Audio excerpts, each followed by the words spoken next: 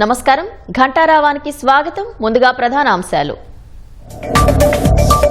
అద్భుత వారసత్వ సంపద యోగా అన్న మంత్రులు. యోగా డేలో అందరూ పాల్గొనాలని పిలుపు.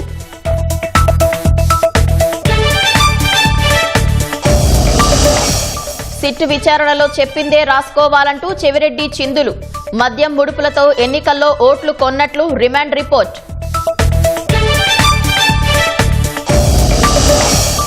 వైసీపీ పైత్యానికి పరాకాష్ఠగా జగన్ రెంటపాళ్ల పర్యటన.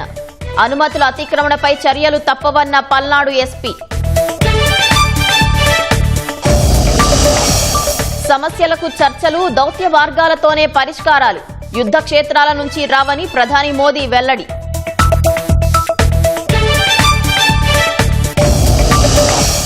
భారత్ పాకిస్తాన్ కాల్పుల విరమణపై ట్రంప్ మళ్లీ పాత పాట. యుద్ధం తానే ఆపానంటూ ప్రగల్భాలు.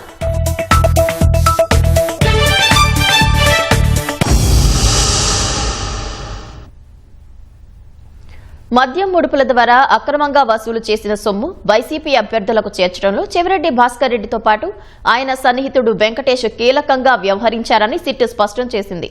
రాజకేశ్ రెడ్డి బృందం నుంచి సేకరించిన సొమ్మును తుడా వాహనంలోనే ఏపీలోని వివిధ ప్రాంతాలకు తరలించినట్లు సాంకేతిక ఆధారాలను రిమాండ్ రిపోర్టు రూపంలో కోర్టుకు సమర్పించింది. వీటిని పరిగణలోకి తీసుకున్న ఏసీబీ కోర్టు వారిద్దరికీ జూలై 1 వరకు రిమాండ్ విధించింది. మద్యం కుంభకోణంలో వైసీపీ నేత చెవిరెడ్డి భాస్కర్ రెడ్డి, అతని సన్నిహితుడు వెంకటేష్ నాయుడుకు విజయవాడ ఏసీబీ ప్రత్యేక కోర్టు వచ్చే నెల 1 వరకు రిమాండ్ విధించింది.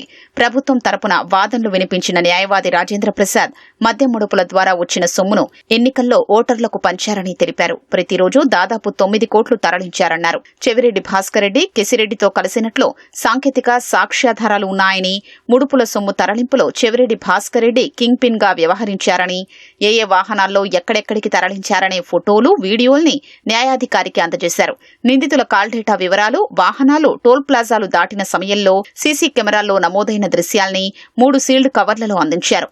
వాదనలు విన్న న్యాయమూర్తి ఇద్దరు నిందితులకు జూలై 1 వరకు రిమాండ్ విధించారు.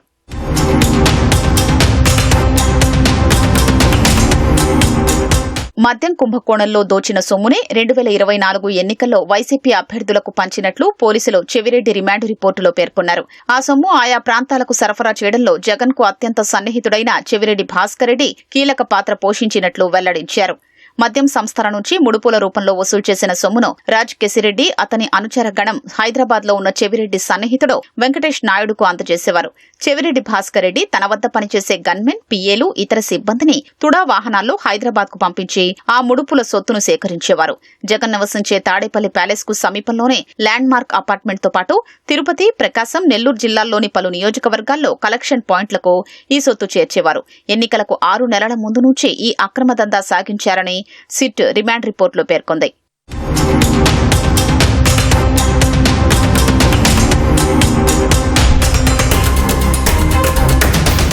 మద్యం ముడుపుల సొమ్ము తరలింపులకు ప్రభుత్వ వాహనాలనే వాడుకున్నట్లు సిట్ రిమాండ్ రిపోర్టులో పేర్కొంది. అప్పట్లో తుడా చైర్మన్ గా ఉన్న చెవిరెడ్డి కుమారుడు మోహిత్ రెడ్డికి ప్రభుత్వం కేటాయించిన ఫార్చునర్ కారులోనే అక్రమ సొత్తు తరలించారని, ఎన్నికల కోడ్ అమల్లో ఉన్నప్పుడు ఈ వాహనం అనేకసార్లు హైదరాబాద్, తిరుపతి మధ్య తిరిగిందని తెలిపింది. ఫార్చునర్ కారు గతేడాది ఫిబ్రవరి 4, మార్చి 27, ఏప్రిల్ 3, మే 3 సహా పలు తేదీల్లో హైదరాబాద్ నుంచి ఏపీలోకి, ఏపీ నుంచి హైదరాబాద్ కు వెళ్లినట్లు టోల్ ప్లాజాల వద్ద వివరాలు నమోదయ్యాయి. ఆయా తేదీల్లోనే తాము హైదరాబాద్ నుంచి సొమ్ము తీసుకొచ్చినట్లు నిందితులు వాంగ్మూలమిచ్చారని సిట్ తెలిపింది. అయితే తుడాకు సమర్పించిన లాగ్ బుక్ లో వాహన డ్రైవర్లు ఆయా తేదీల్లో అసలు హైదరాబాద్ వెళ్లినట్లే నమోదు చెయ్యలేదని, ఆధారాలు దొరకకుండా ఉండేందుకే మోహిత్ రెడ్డి ముందు జాగ్రత్త పడినట్లు తెలుస్తోంది. గతేడాది ఫిబ్రవరి 1, 20 తేదీల్లో తాడేపల్లిలోని ల్యాండ్ మార్క్ అపార్ట్మెంట్లోని రూమ్ నంబర్ 312లో ప్రణయ్ అనే వ్యక్తి నుంచి చెవిరెడ్డి గన్మెన్ గిరి, బాలాజీ యాదవ్, తుడా డ్రైవర్ రామరాజు ఒక్కో విడతలో 8 నుంచి 9 కోట్ల రూపాయల ముడుపుల సొమ్ము తీసుకుని అట్టపెట్టెల్లో పెట్టుకుని తిరుపతి తరలించారు.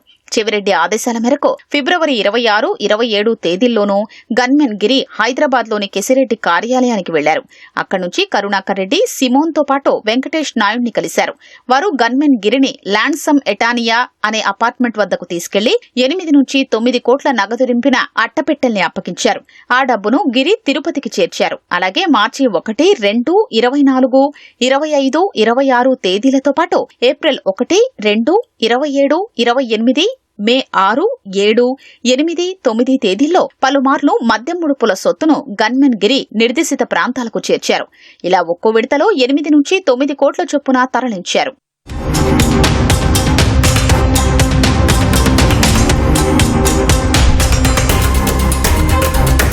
చెవిరెడ్డి వద్ద గన్మెన్ గా పనిచేసిన గిరి అనే కానిస్టేబుల్ తో పాటు అనుచరుడు బాలాజీ యాదవ్, తుడాలో డ్రైవర్ రామరాజు అక్రమ సొమ్మును తరలించారని సిట్ స్పష్టం చేసింది.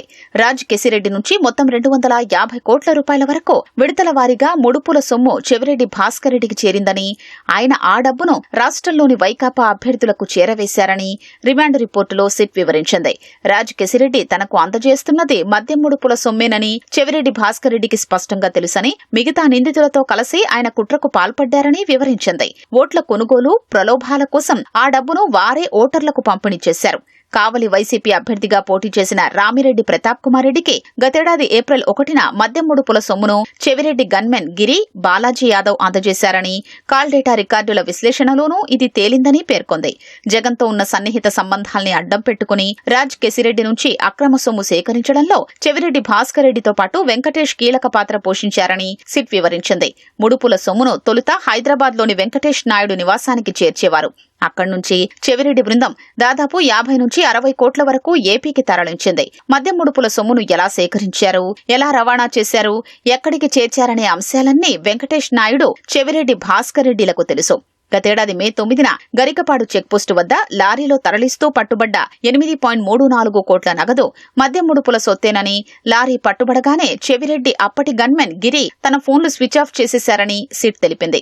చెవిరెడ్డి ఆదేశాలతో పారిపోయిన గిరి చెన్నై, బెంగళూరు, పాండిచ్చేరిల్లో తిరిగారని, ఎన్నికల్లో వైసీపీ ఓడిపోవడంతో చెవిరెడ్డి భాస్కర్ రెడ్డి గన్మెన్ గిరికి ఫోన్ చేసి ముడుపుల సొమ్ము రవాణా గురించి ఎట్టి పరిస్థితుల్లోనూ నోరు విప్పొద్దని హెచ్చరించారని వివరించింది. సిట్ అధికారులు గన్మెన్ గిరిని విచారించి వాంగ్మూలం తీసుకున్న తర్వాత చెవిరెడ్డి ప్రెస్ మీట్లు పెట్టి సిట్ అధికారుల్ని బెదిరిస్తూ కేసు దర్యాప్తునకు ఆటంకం కలిగించినట్లు రిమాండ్ రిపోర్టులో తెలిపింది. దర్యాప్తు అధికారులకు ఏమీ చెప్పొద్దని పలువురు సాక్షుల్ని ఆదేశించారని సిట్ అధికారులు కోర్టుకు రిమాండ్ రిపోర్టు సమర్పించారు.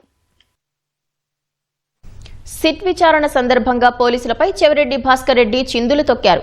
మీరు అడిగిన వాటికి నేను సమాధానం చెప్పను, నేను ఏం చెప్పానో అదే రాసుకున్నట్టు పోలీసులపై పలుమార్లు ఆగ్రహం వ్యక్తం చేశారు.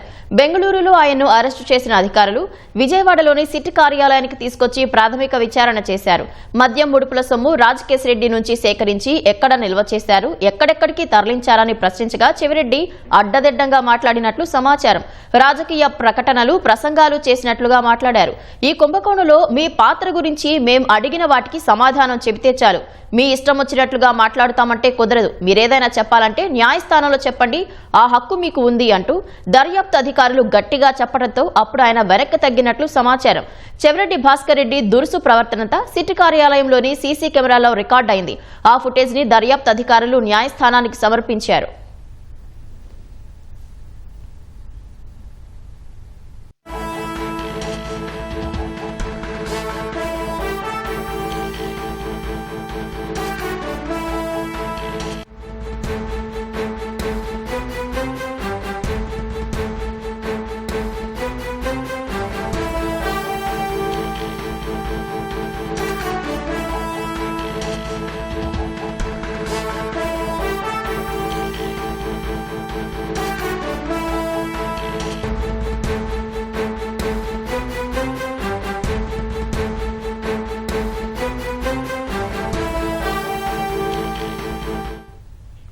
తాజాంశాన్ని చూస్తున్నాం. పల్నాడు జిల్లా రెంటపాళ్లలో జగన్ పర్యటనలో వివాదాస్పద ప్లకార్డులు ప్రదర్శించిన వైసీపీ కార్యకర్తను పోలీసులు అరెస్టు చేశారు. వివాదాస్పద ప్లకార్డులు ప్రదర్శించిన రవితేజను పోలీసులు అరెస్ట్ చేశారు. జగన్ వస్తాడు, అంతు చూస్తాడు, గంగమ్మ తల్లి జాతరలో వేట తలలు నరికినట్లు నరుకుతాం ఒక్కొక్కటిని అంటూ నిన్న ప్రదర్శించిన ప్లకార్డుల దృష్ట్యా రవితేజను పోలీసులు అరెస్టు చేశారు. తాళ్లూరు గ్రామానికి చెందిన రవితేజను పోలీసులు అదుపులోకి తీసుకున్నారు. సత్తెనపల్లి తెలుగుదేశం నాయకులు, తెలుగు మహిళలు ఇచ్చిన ఫిర్యాదు మేరకు కేసు నమోదు చేసుకున్నారు. నకరికల్లు పోలీస్ స్టేషన్లో రవితేజను పోలీసులు విచారిస్తున్నారు.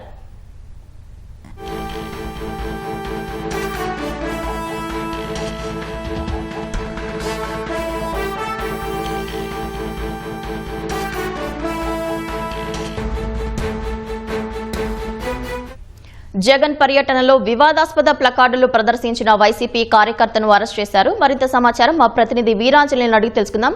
వీరాంజనేయులు, వైసీపీ కార్యకర్త అరెస్టుపై మరింత సమాచారం చెప్పండి.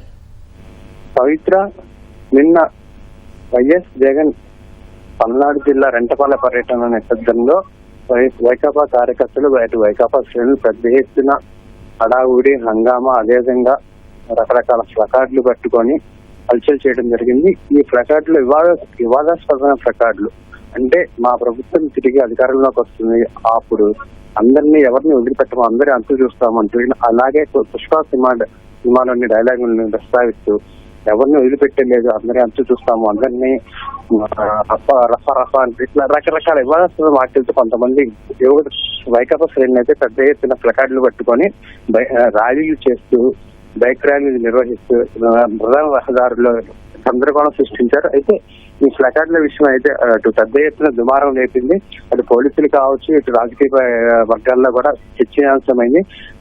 సో సమాజానికి ఇలాంటి చర్యల వల్ల తీవ్రంగా అంటే ఒక మంచి సందేశం ఇవ్వాల్సిన ఒక పర్యటన అనేది ఇట్లా వివాదాస్పదంగా, అదేవిధంగా ప్రజలను భయభ్రాంతులకు గురి చేసే విధంగా చేయటం అనేది కూడా అది మంచిది కాదని చెప్పి రాజకీయ వర్గాలు అభిప్రాయపడతారు. ఈ నేపథ్యంలో నేను ఎవరైతే ప్లకార్డులు వివాదాస్పదమైన ప్లకార్డులు పట్టుకొని హల్చల్ చేశారో ఆ యువకుల పట్ల కూడా పలు చోట్ల కేసు నమోదైనాయి. ప్రధానంగా సత్తనపల్లి తెలుగుదేశం నేతలు, అదేవిధంగా తెలుగు యువత మహిళలు కూడా స్థానిక పోలీస్ స్టేషన్ లో ఫిర్యాదు చేయడం జరిగింది. ఈ నేపథ్యంలోనే 88 అల్లూరుకు చెందిన బొందెద్దుల రవితేజ అనే వైకాపా కార్యకర్తని పోలీసులు అదుపులో తీసుకోవడం జరిగింది. ఈ వైకాపా కార్యకర్తను అదుపులో తీసుకున్న పోలీసులు స్థానికంగా ఉన్న నకరికల్లి పోలీస్ స్టేషన్ తరలించి అక్కడ అసలు ఈ ప్లకార్డులు ఎవరు ప్రదర్శించమన్నారు, ఆ ప్రదర్శించడం ఎందుకు ప్రదర్శించారు, దాని వెనక ఎవరున్నారు, అసలు ర్యాలీకి సంబంధించి జై జగన్ నినాదాలతో పాటు ఇట్లా అంటే వివాదాస్పదంగా భయభ్రాంతులకు గురి చేసే విధంగా అంతు చూస్తాము, మిమ్మల్ని వదిలిపెట్టేది లేదు, మా అధికారంలోకి వస్తే మేము ఏ విధంగా చేస్తామనే ఒక సందేశం ఇచ్చే విధంగా ఇట్లా ఒక భయానక వాతావరణం సృష్టించే విధంగా ఈ ప్లకార్డులు పట్టుకొని ఎవరు చెప్పారు, అందుకు వారి వెనుకున్న నాయకులు ఎవరు, పైనుంచి మీకు ఆదేశాలు వచ్చాయా, లేక మీ అంతటి మీరు ఈ ప్లకార్డులు ప్రదర్శించారా అనే విషయాలను పోలీసులు అయితే ప్రాథమికంగా విచారిస్తూ ఉన్నారు. ఏదేమైనప్పటికీ ఈ విష సంస్కృతి అనేది సమాజానికి పెద్ద చేటు చేస్తుందని, అటు సామాన్యంలో ప్రజల్లో కూడా ఒక భయానక వాతావరణం సృష్టించే విధంగా నిన్న ఈ వైకాపా శ్రేణులు చేసిన ఒక చర్యలు కావచ్చు, వాళ్ళు చేసిన ర్యాలీలు కావచ్చు, వాళ్ళు చేసిన హంగామా అంతా కూడా ఒక సమాజంలో చాలా చెడు ప్రభావం చూపించే అవకాశం ఉన్న నేపథ్యంలో ఇలాంటి చర్యలు ఎట్టి పరిస్థితుల్లో వెంటనే కట్టడి చేయాలి, ఇలాంటి తదుపరి మళ్ళీ జరగకుండా చూడాలన్న ఒక ఉద్దేశంతో అటు పోలీసులు కూడా దీని మీద పూర్తి స్థాయిలో దృష్టి సారించారు. నిన్న జరిగినటువంటి ర్యాలీలు అటు గుంటూరు నుంచి పల్నాడు జిల్లా వరకు, అదేవిధంగా రెంటపాల వరకు కూడా ఎక్కడ చూసినా కూడా ఇలాంటి ప్లకార్డులే దర్శనమిచ్చాయి. చాలా చోట్ల కూడా వైకాపా నాయకులు పెద్ద ఎత్తున వివాదాస్పద ప్లకార్డులు పట్టుకొని అంటే అటు తెలుగుదేశం వాళ్ళకే కాకుండా సామాన్యులకు కూడా అంటే మమ్మల్ని గెలిపించకపోతే లేదా మమ్మల్ని ఓడించారు కాబట్టి మేము మళ్ళీ ఖచ్చితంగా అధికారంలోకి వచ్చినప్పుడు అందుకు బదులు తీర్చుకుంటాము, ఎవరిని వదిలిపెట్టము అన్న రీతిలో ఈ ప్లకార్డులు పట్టుకున్నారు. అయితే నిన్నే పోలీసులు ఈ ప్లకార్డుల మీద దృష్టి సారించి అదేవిధంగా వాళ్ళని కొంత కట్టడి చేస్తుంటే బాగుండేదన్నది కూడా రాజకీయ వర్గాల్లో అనిపిస్తుంది. ఏది ఏమన్నప్పటికీ కూడా ఇప్పుడైతే పోలీసులు పూర్తి స్థాయిలో ఆ రవితేజతో పాటు ఇంకా ఇలాంటి ప్లకార్డులు పట్టుకున్నారు. మిగిలిన వ్యక్తుల మీద కూడా దృష్టి సారించారు. వారి మీద పూర్తిగా ఆరోపిస్తున్నారు, ఎక్కడున్నారు, ఏంటి, ఎవరెవరు ఉన్నారా అని. మొత్తం దీని వెనకున్న రాజకీయ నాయకులు ఎవరో, లేదా పెద్ద పైనుంచి వైకాపా పార్టీ గురించి ఆదేశాలు వచ్చాయా, ఎవరు దీని వెనక నడిపించారు, ప్లకార్డులు ఎవరు ముద్రించారు, ఎవరు వీళ్ళ కార్యకర్తలకు అందజేశారు అనే విషయం మీద కూడా పోలీసులు అయితే వస్తానికి విచారిస్తున్నారు. ప్రవీణ, వీరాంజనేయులు, ఈ ప్లకార్డ్స్ అనేవి చాలా చోట్ల ప్రదర్శించారు కాబట్టి ఇంకా మరిన్ని అరెస్టులు జరిగే అవకాశం ఉందంటారా? ఖచ్చితంగా ప్రవీత్ర, దీని మీద పూర్తిగా అటు రాష్ట్ర ప్రభుత్వం కూడా అటు హోంమంత్రి అనిత కావచ్చు, అదేవిధంగా నారా లోకేష్ కావచ్చు, రాజకీయ వర్గాలు అన్ని వైపుల నుంచి కూడా ఈ ప్లకార్డుల విషయం మీద పెద్ద ఎత్తున వాళ్ళందరూ కూడా ఈ విషయాన్ని తప్పు పడుతున్నారు. ఇది ఖచ్చితంగా సమాజానికి చేటు చేస్తుందని, అదేవిధంగా సామాన్య పౌరుల్లోనూ ప్రజల్లోనూ ఒక భయానక వాతావరణం సృష్టించే విధంగా ఈ ప్లకార్డుల ప్రదర్శన, ఈ వైకాపా చర్యలు, నాయకులు శ్రేణుల చర్యలు ఉన్న నేపథ్యంలో దీన్ని ఇప్పుడే పూర్తిగా పోకటి వేలతో ప్రకటించి వేయకపోతే గనక ముందు ఇంకా చాలా చాలా ఇలాంటి ఘటనలు కావచ్చు, చర్యలు కావచ్చు జరిగే అవకాశం ఉన్న నేపథ్యంలో ఈ పర్యటన ఆశాంతం కూడా ఎవరెవరైతే ప్లకార్డులు పట్టుకొని తిరిగారో వైకాపా శ్రేణులు, కార్యకర్తలు వారందరి మీద కూడా పోలీసులు దృష్టి సారించారు. ఎక్కడికక్కడ ఇప్పటికే చాలా చోట్ల పల్నాడు జిల్లాలో అనేక పోలీస్ స్టేషన్లో కూడా కేసులు నమోదయ్యాయి, అంటే ఫిర్యాదులు చేశారు స్థానిక నాయకులు. ఈ నేపథ్యంలో పోలీసులు అయితే ఎవరు అసలు నిన్న జరిగిన అంతది కూడా పూర్తి స్థాయిలో పరిశీలించి యాత్ర మొత్తం పరిశీలించి ర్యాలీ ఎక్కడైతే గుంటూరు నుంచి పల్నాడు వరకు జరిగిన ర్యాలీ అంతా కూడా ర్యాలీని దృష్టి సారించారు. ఎవరెవరైతే ఈ ప్లకార్డులు పట్టుకున్నారో, అదేవిధంగా హంగామా సృష్టించారో వాళ్ళందరి మీద దృష్టి పెట్టారు. ఈ స్థానిక నాయకులు అదేవిధంగా వాళ్ళకి అందిన ఫిర్యాదుల మేరకు పోలీస్ స్టేషన్ పరిధిలో వాళ్ళంతా కూడా పోలీసులు పూర్తి స్థాయిలో దీన్ని దృష్టి సారించారు. వాళ్ళందరినీ కూడా అదుపులో తీసుకొని విచారించే అవకాశం అయితే ఉంది. ప్రవీణ, ధన్యవాదాలు వీరాంజనేయులు.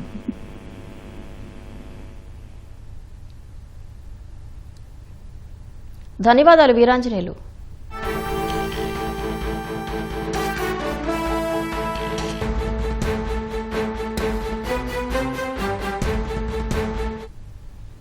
విజయనగరం జిల్లా రాజంలోని ఓ ప్రైవేట్ ఆసుపత్రిలో డెలివరీకి వెళ్లిన మహిళ వైద్యం వికటించి మృతి చెందిందని బంధువులు ఆందోళనకు దిగారు.